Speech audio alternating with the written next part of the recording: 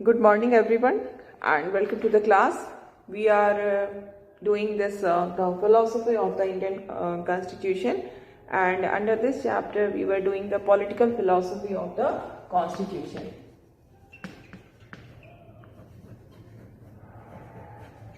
What is the political philosophy behind the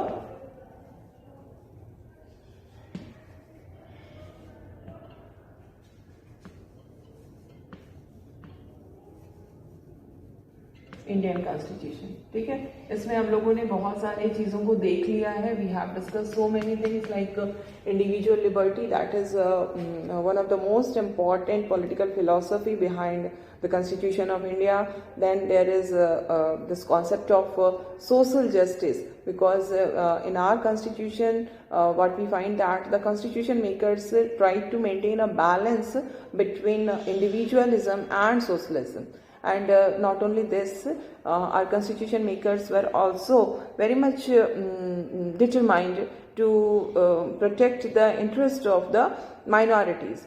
And that is the reason respect for diversity is one of the most important feature, or we can say respect for diversity is one of the most important philosophy of our constitution. ये basis था constitution का, और इसी basis पे हमने secularism के concept को लाया अपने constitution में. And in this regard you have also seen that how the Indian constitution, Indian secularism is different from Western secularism. We have not blindly adopted the concept of Western secularism. We have made changes in this Indian constitution according to in the Western secularism according to the circumstances of our country. We cannot go for a complete separation of religion and politics, because in our religion there are some practices which need to be corrected, and in that situation there is need of interference by the government.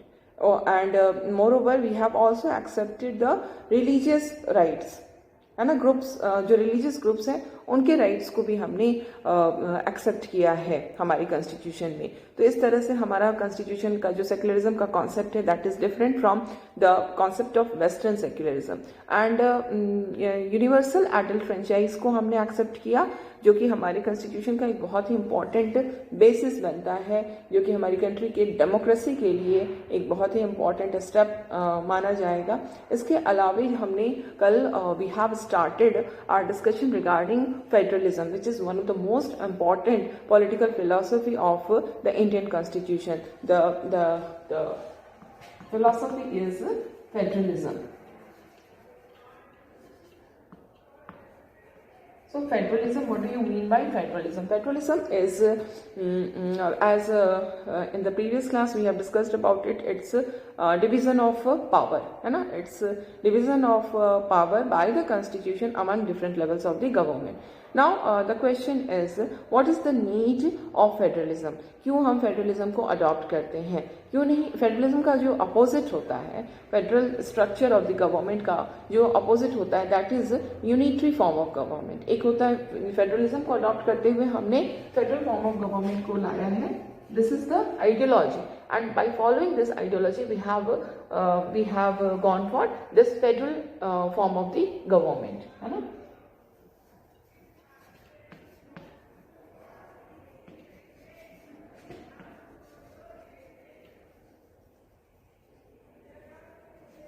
और दूसरा जो ideology होती है वो होती है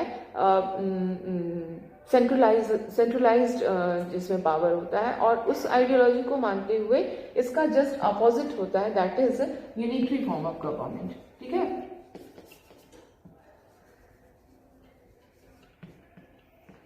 these both forms of government are totally opposite to each other.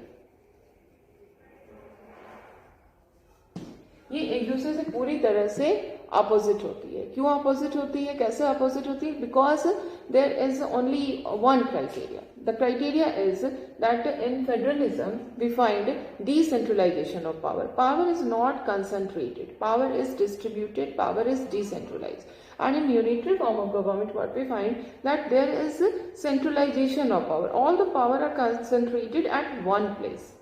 This is the main difference. and because of this difference, so many other differences are there. Like अगर decentralization of power है तो उससे what is the utility? Why we talk of decentralization power? What is the need of decentralization of power?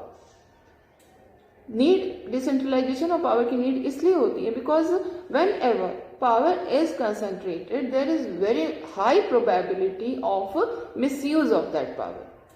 अगर सारे power एक ही जगह पर concentrated है, एक ही जगह पर सेंट्रलाइज्ड पावर है, the power is coming from one source only, then in that situation there is a very high probability that the power will be misused. It's not कि power misuse ही होगा, ऐसी बात नहीं है.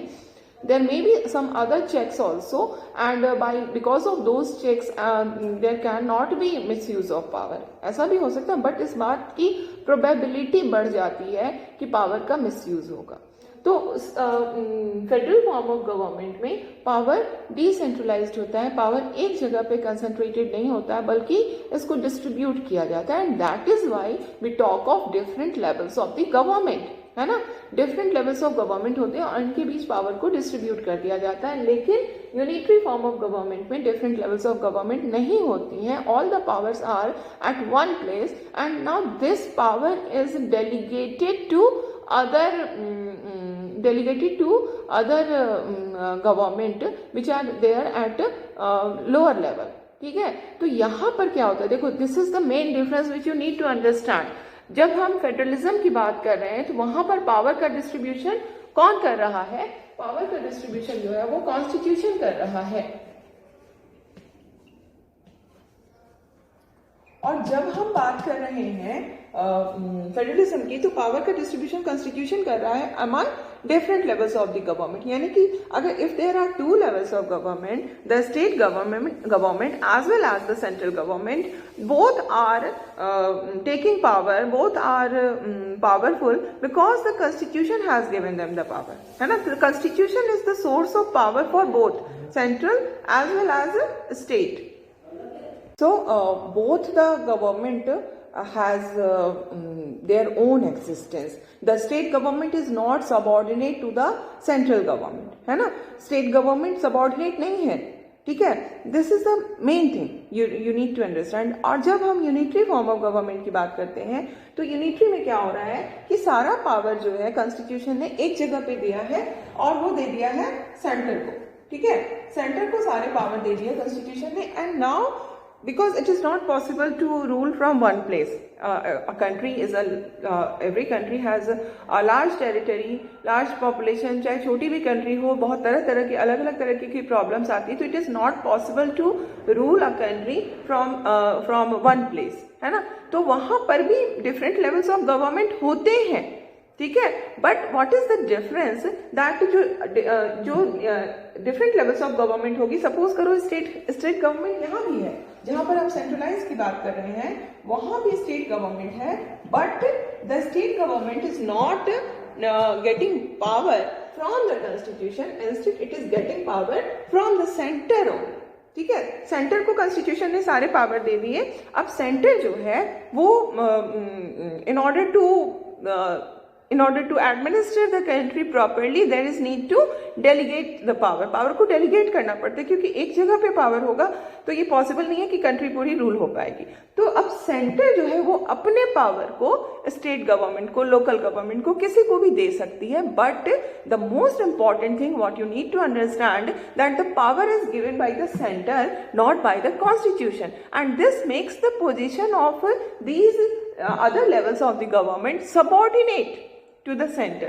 They become subordinate to the center. वो centre के subordinate बन जाते हैं, सेंटर के नीचे में होके काम करने लगते हैं, ठीक है. तो फेडरलिज्म का ये कॉन्सेप्ट होता है. अब हम ये देखेंगे कि डिसेंट्रलाइजेशन से आखिर कौन सा एम हमारा पूरा हो रहा है, क्यों हम डिसेंट्रलाइजेशन की बात कर रहे हैं. Because decentralization is very much important to make the democracy real. Democracy cannot be realized if there is lack of decentralization of power. और खास करके अगर कंट्री की एरिया बड़ी है, कंट्री का पॉपुलेशन बड़ा है, तो it is very much required that the country must adopt the federal form of government so that the power should not be concentrated at one place, the power should be decentralized, the power of the governance should be used by the common people. And when we see the working of the local government, we find that it really makes the democracy real, है ना. तो ये power का distribution इसलिए होना चाहिए कि ताकि डेमोक्रेसी रियल बन सके, ताकि पावर का मिसयूज ना हो सके, ताकि जो कॉमन पीपल हैं वो अपने पावर को यूज कर सके, गवर्नेंस में उनका पार्टिसिपेशन हो. ठीक है. And next thing, what is required, why this federalism is required is to recognize and to promote the diversity in a country. A country like India, which is full of diversity, there are people belonging to different religion, different culture, different language are living together. So in this type of country, it is very much needed that federal structure should be adopted, because अगर centralise system हो जाएगा तो फिर जो ये diversity की हम बात करें, that diversity will be crossed, है ना. तो डाइवर्सिटी को क्रश नहीं करने के लिए, डाइवर्सिटी को प्रमोट करने के लिए, फ्लरिश करने के लिए, it is very much required कि उस डाइवर्सिटी को हम रिकॉग्नाइज करें. ठीक है. तो ये डाइवर्सिटी कैसे रिकॉग्नाइज होगी?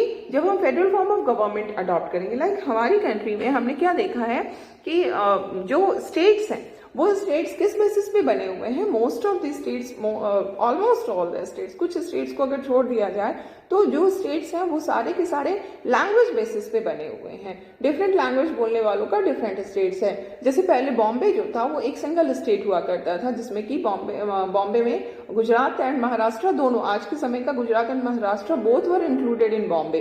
देन क्या हुआ कि 1960 में बॉम्बे का डिवीजन हो जाता है, गुजराती बोलने वालों का गुजरात बन जाता है, मराठी बोलने वालों का महाराष्ट्र बन जाता है. तो ये क्या है? This is the recognition of the linguistic differences. अगर हम डिफरेंट लैंग्वेज बोलने वाले हैं तो we should be organised in a single state. Marathi बोलने वाले महाराष्ट्र में चले गए एंड गुजराती बोलने वाले गुजरात में. It is not division of the country.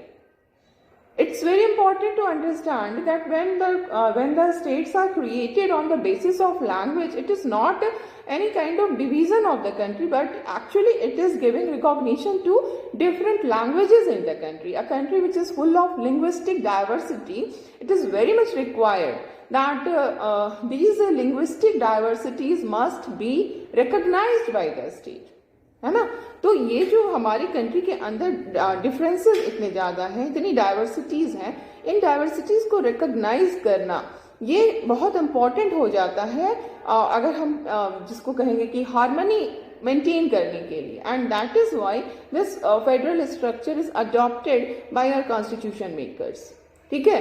तो हमने कॉन्स्टिट्यूशन मेकर्स ने इस फेडरल स्ट्रक्चर को अडॉप्ट इस कारण से किया. And now we will see कि हमारा जो फेडरलिज्म है that is different from US federalism. And many times शुरू में तो काफ़ी ज़्यादा ये होता था कि there were so many attacks on our federalism. क्या, किस बात पे, किस बेसिस पे अटैक होता था कि हमने यूएस मॉडल को फॉलो नहीं किया, क्योंकि यूएस मॉडल ऑफ फेडरलिज्म जो है उसमें क्या है कि states are more powerful than the centre. ठीक है. We have not gone for that type of federalism. We have our unique federalism and this federalism gives more power to the centre. Why we have adopted this kind of federalism? Because there are some reasons behind it. What are the reasons? The circumstances which was prevailing at that time. When country got independence, there was problem of partition, there was problem of displacement of population, and with this displacement of population there was so many killings and violence and riots. Everything was taking place. The integrity of the country was in danger. Not only this, there was problem of integration of princely states also. तो princely states जो कि 565 थे उनको भी integration की problem थी. तो जो कंडीशन प्रिवेल कर रही थी, ये एक तो पार्टीशन हो गया था कंट्री का.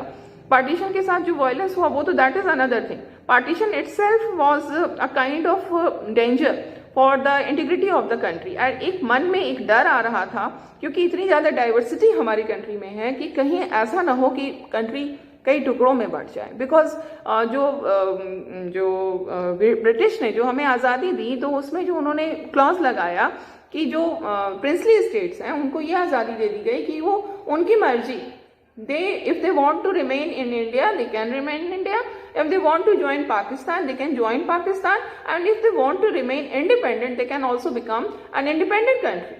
तो ये जो 3 ऑप्शंस उनके सामने दिए गए, these are very problematic for the integration of the country. And it became a great challenge कि कैसे कंट्री को एक सिंगल कंट्री के फॉर्म में इंटीग्रेट किया जाए।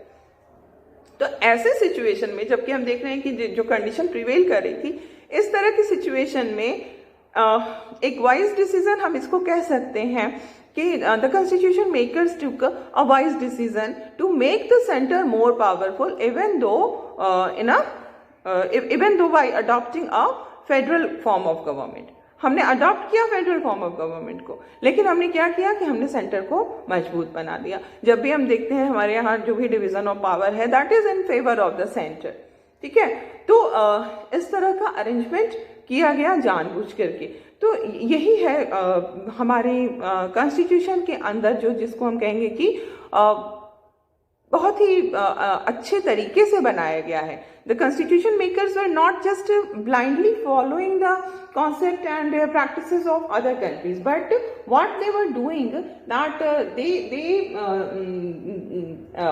they were very much aware of the circumstances of the country, and accordingly they have made changes in the original concept or practices which was prevailing in other countries, और उसमें change करके तब उसको अपने country में adopt किया। तो ये फेडरलिज्म का जो कॉन्सेप्ट हमारे यहाँ आया, वो हमारे फिलॉसफी, पॉलिटिकल फिलॉसफी का एक बहुत ही इम्पॉर्टेंट पॉइंट बनता है। ठीक है, और इसमें हमारे यहाँ ये भी किया गया, ऐसा नहीं है कि हमने कुछ और भी वेरिएशंस किए। लाइक कुछ जो स्टेट्स थे उनको हमने स्पेशल स्टेटस का दर्जा दिया, है ना, they were given special status, जिसमें कि एक बहुत ही इम्पॉर्टेंट एग्जाम्पल हमारा आर्टिकल 370 है, जो कि now it is no more a part of the constitution. तो आर्टिकल 370 में क्या किया गया था कि जम्मू कश्मीर को एक स्पेशल स्टेटस दिया गया था। इसके पीछे हिस्टोरिकल रीजंस हैं, क्योंकि जम्मू कश्मीर के इंटीग्रेशन में प्रॉब्लम आ रही थी। Jammu Kashmir was a princely state and there was problem in integration of this princely state in India। तो जब प्रॉब्लम आ रही थी, तो फिर उस समय के सिचुएशन के अकॉर्डिंगली उनको कुछ स्पेशल स्टेटस दे दिया गया, और ये स्पेशल स्टेटस ही आर्टिकल 370 है, जो कि उनका एक सेपरेट कॉन्स्टिट्यूशन बन गया।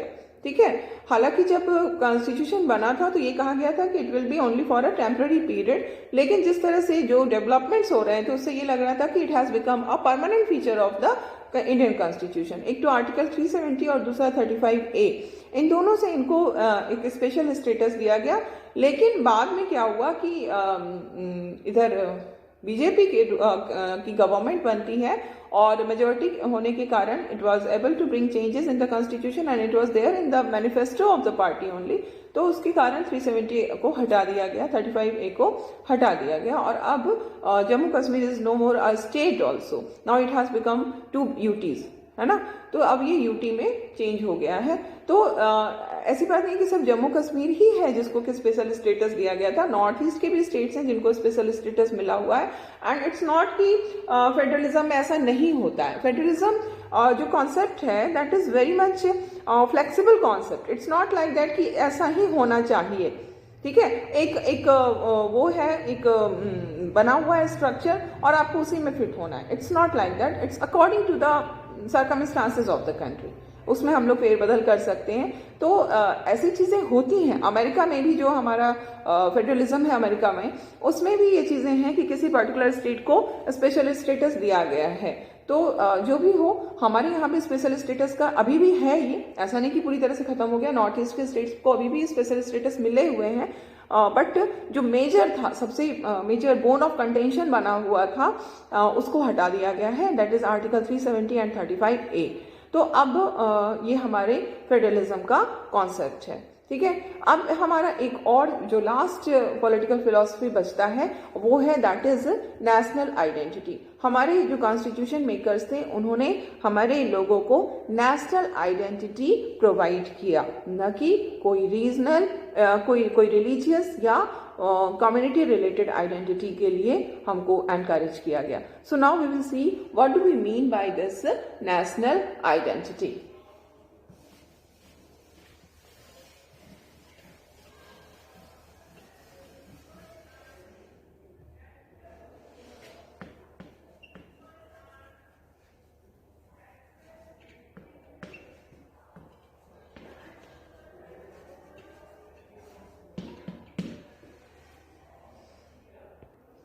So our constitution makers were very much aware that in a country like India, which is full of diversity, it is very much important to promote a feeling of national identity. And that is the reason we have a federalism, we have a federal form of government, and we have two identities. अगर देखा जाए तो हमारी दो identity है, एक identity हमारे राज्य से जुड़ती है, स्टेट से जुड़ती है, और दूसरी आइडेंटिटी हमारे नेशन से जुड़ती है। बट इस बात का एफर्ट किया गया towards from the constitution makers कि हम अपनी रीजनल आइडेंटिटी से ज़्यादा इम्पोर्टेंस हम अपनी नेशनल आइडेंटिटी को दें। दो regional identity is also important, but nothing should be done at the cost of national identity. First of all, we are Indian. Then we can be said to be a Marathi or a Tamilian or a UPian, है ना। तो ये regional identity से ज़्यादा national identity पे stress किया गया, and that we can say we have single citizenship, है ना। हमारी कंट्री में सिंगल सिटीजनशिप को अडॉप्ट किया गया है, न कि डबल सिटीजनशिप को। जैसे कि अगर यूएस के फेडरलिज्म के अंदर डबल सिटीजनशिप है। एक जो सिटीजन होता है यूएस का, वो सिर्फ यूएस का सिटीजन नहीं होता है, बल्कि वो जिस पर्टिकुलर स्टेट को बिलोंग करता है उस स्टेट का भी वो सिटीजन होता है। तो हमारी कॉन्स्टिट्यूशन मेकर्स इस रीजनल आइडेंटिटी या रिलीजियस आइडेंटिटी या कम्युनल कम्युनिटीज से रिलेटेड आइडेंटिटीज को बहुत ज़्यादा उन्होंने इम्पोर्टेंस नहीं दिया, और इस तरह का एफर्ट किया गया कि लोग जो है वो नेशनल आइडेंटिटी के तरफ काम करेंगे। और इसमें हम क्या देखते हैं कि अगर हम कहते हैं कि रिलीजियस आइडेंटिटी को डिस्करेज किया गया, और constitution makers deliberately discourage this regional identity. How they did this?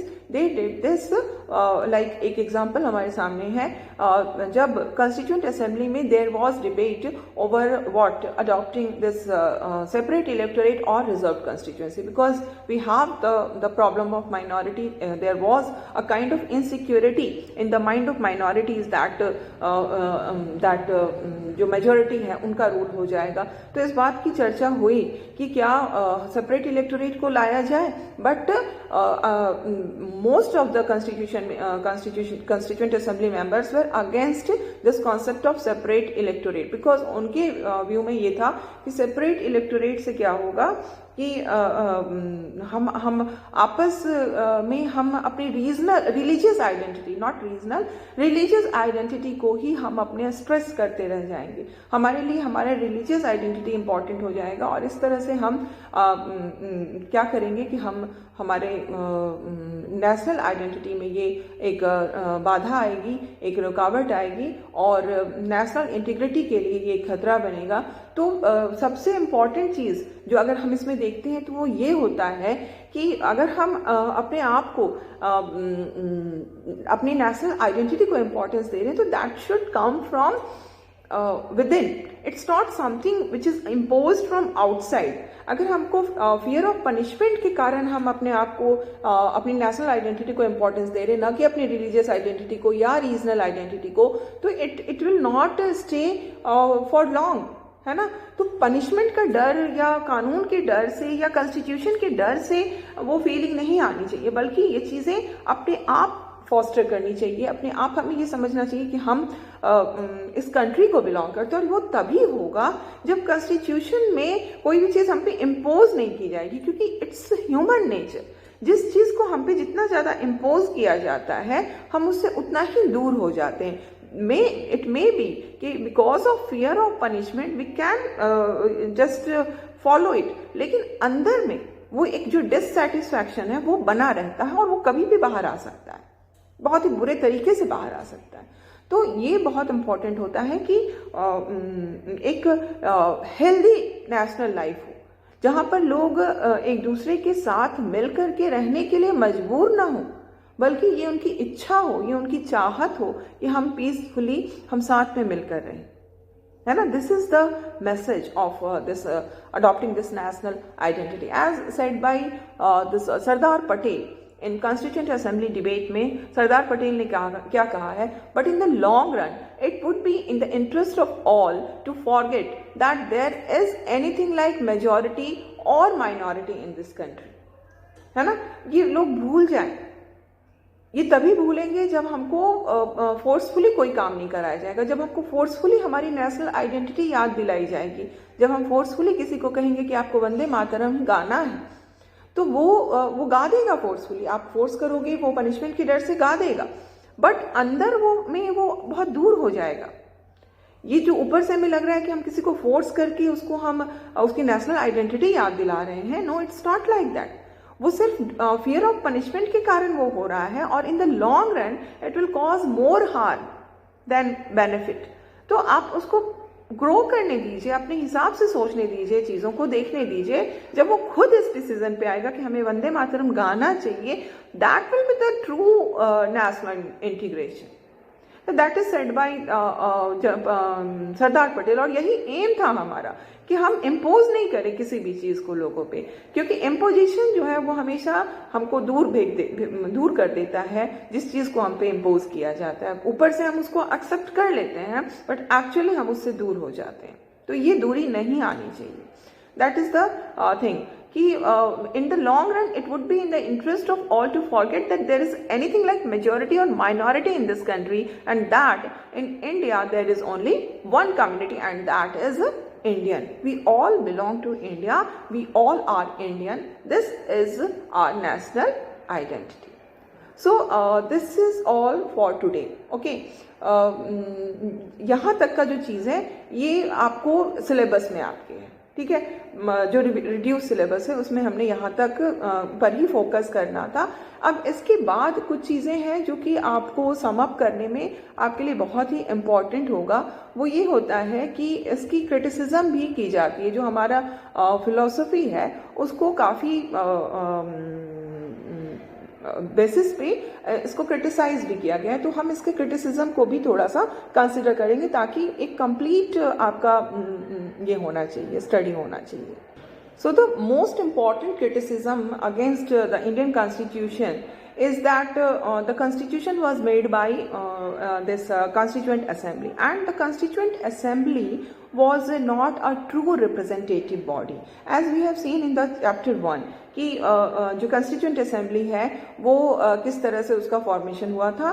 and yes, we can say कि it was not a truly representative body because the elections were not held for the constituent assembly, no adult franchise were there। जो provincial legislatures थे उनके जो members थे उन्होंने elect करके भेजा था members को। तो ये और ये जो हमारे princely states थे वहाँ से तो जो राजा थे उन्होंने अपने हिसाब से भेजा था representatives को। तो हम कह सकते हैं कि ये बहुत सही है, रिप्रेजेंटेटिव नहीं था। बट अगर हम कॉन्स्टिट्यूएंट असेंबली के स्ट्रक्चर को देखते हैं तो हम क्या पाते हैं, जो कंपोजिशन को देखते हैं तो क्या पाते हैं कि the constituent assembly was representing the all the communities, almost सारी कम्युनिटीज वहाँ पर रिप्रेजेंटेड थे। उसमें कांग्रेस का वो था, मेजॉरिटी कांग्रेस की ही थी constituent assembly में, but it does not mean it was dominated by a single party, because Congress was not a party of a single community or single section or single group of the society, but it was a coalition. Congress was a coalition of different ideologies, different social groups. So Congress itself was representing the whole country, and the Congress was in majority in the Constituent Assembly. So it proves that the Constituent Assembly was itself a representative body, जो कि India के हर section को represent कर रहा था। और इसके अलावा जो एक क्रिटिसिज्म बहुत ही काफ़ी अच्छा क्रिटिसिज्म है, कई बार आता है कि इंडियन कॉन्स्टिट्यूशन जो है उसको में कुछ अपना है ही नहीं, उन्होंने बाहर बाहर की सारे कंट्रीज से कॉन्स्टिट्यूशन के प्रोविजंस को लेकर के कॉन्स्टिट्यूशन बना दिया। ये भी गलत है, क्योंकि हमने अभी just now we have discuss कि किस तरह से हमने सेक्युलरिज्म के कॉन्सेप्ट को लिया, किस तरह से हमने फेडरलिज्म के कॉन्सेप्ट को लिया, किस तरह से हमने इंडिविजुअलिज्म के कॉन्सेप्ट को लिया, लिबरलिज्म के कॉन्सेप्ट को लिया। हर किसी कॉन्सेप्ट को हमने अपने सिचुएशन के अकॉर्डिंगली चेंज किया और तब उसको एक्सेप्ट किया। ये नहीं कि बस बाहर की चीज उठाए और अपने में डाल लिया। It's not a patchwork. हमने बाहर की चीज़ों को लिया, अपने कंट्री की कंडीशंस को देखा और उसके अकॉर्डिंगली उसमें चेंजेस ला के तब उसको एक्सेप्ट किया है। तो ये कहना बिल्कुल गलत है। These criticisms are not there in your syllabus, but you must understand कि किस तरह के क्रिटिसिज्म हमारे कॉन्स्टिट्यूशन के अगेंस्ट लगाए जाते हैं। So this is all for today. अब हमारा ये हो गया है। अब इसके बाद हम लोग आगे के डिस्कशंस में देखेंगे जो भी चैप्टर्स में प्रॉब्लम्स आ रहे हैं उसके अकॉर्डिंगली हम लोग उसको डिस्कस करेंगे। ओके।